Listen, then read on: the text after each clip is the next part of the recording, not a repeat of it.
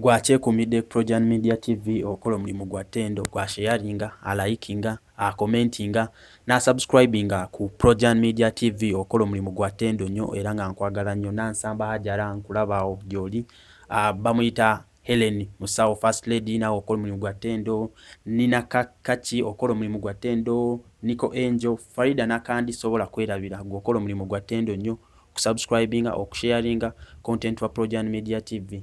Wabulanga bwena kusuubiza nti WhatsApp group eri mu kubo. WhatsApp group yawededda. Ekiddako just kopawe namba eri awo wansi running awo wansi. Oweerezeko message ngenda kuba nkuteeka mu WhatsApp group 1st January tuberenga tutandika emirimu gyaffe. Leero olunaku olwaleero nguse neggulire erya mwana mulenzi Maulana Kasozi ngero nakola ne Rain mu Comedy Files. Bawomesa olulimi Oluganda nga iyo story abasinga gye basinga bategeerako ni mwana muwala Chosen Becky. Chosen Becky yakuyimbira obuyimba bungi bamukuzaakuza alina n'akayimba akapya bakayita Telemundo abasinga ndo zake mwizo mutegeera kensangi zino. Wabula ekiri wakati w'abano kuba olabira ddala nga bonna teri kibagatta kubano ye Maulana Kasozi oli ye Chosen Becky. Wabula ekibagatta olunaku olwaleero kyaliwo oko weeks 3 emabega.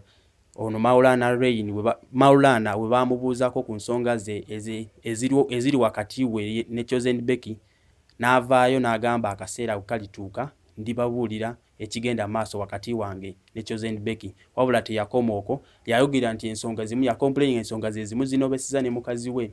Wabula teyavaayo n'akakasa nti oba waliwo ekiri wakati we ne Chosen Becky. Ne envuvumo zasigala zigamba nti bana babiri balina ekigenda maaso wakati waabwe. Tebyakomaawo Chosen Becky kenyini ne bamubuuza n'abyegaana. Wabula ensonga eriwo olunaku olwaleero wakati wa Maulana ne Chosen Becky. Maulana yamaze na proposinga ndoza akaseera kamaze ne kakola ki ne katuuka nga Maulana bwe yali yakola ki bwe yatusuubiza nti akaseera we kalituuka alituwulira amazima agali wakati we ne Chosen Becky. Chosen Becky yabadde omusanyufu ennyo.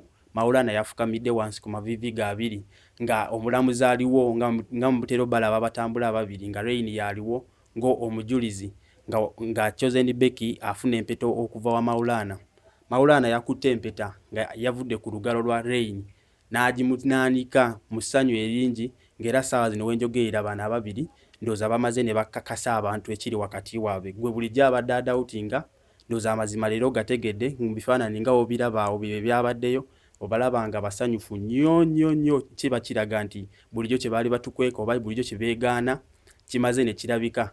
Wabula envuvumo ssaawa zino eziriwo kigambibwa mbu si bigambo byange wabula kigambibwa mbu Maulana wa kukyalo waba Chosen Becky nga lumu January 2020 gwe kati oyinza obalabala mu kubulako ennaku mmeka kubulako ennaku wazindaba 2 tugende. Wabula nkukyala kuno tuwulira nti ebyewuunyisa bigenda kubeerayo bingi. Kusaba weekumire ku Projan Media TV tugenda kuba tugoberere n'ensonga paka gyerikoma nga lumu January ngenda kuba nkutuusaako oyakyadde oba teyakyadde kuba zikyali mu lugambo nti mbu Maulana wa kukyale waba Chosen Becky. Gwakyekuumidde Projan Media TV okola omulimu gwa ttendo nnyo. Subscribinga, likinga, kope namba, weereza message, WhatsApp group eri ready.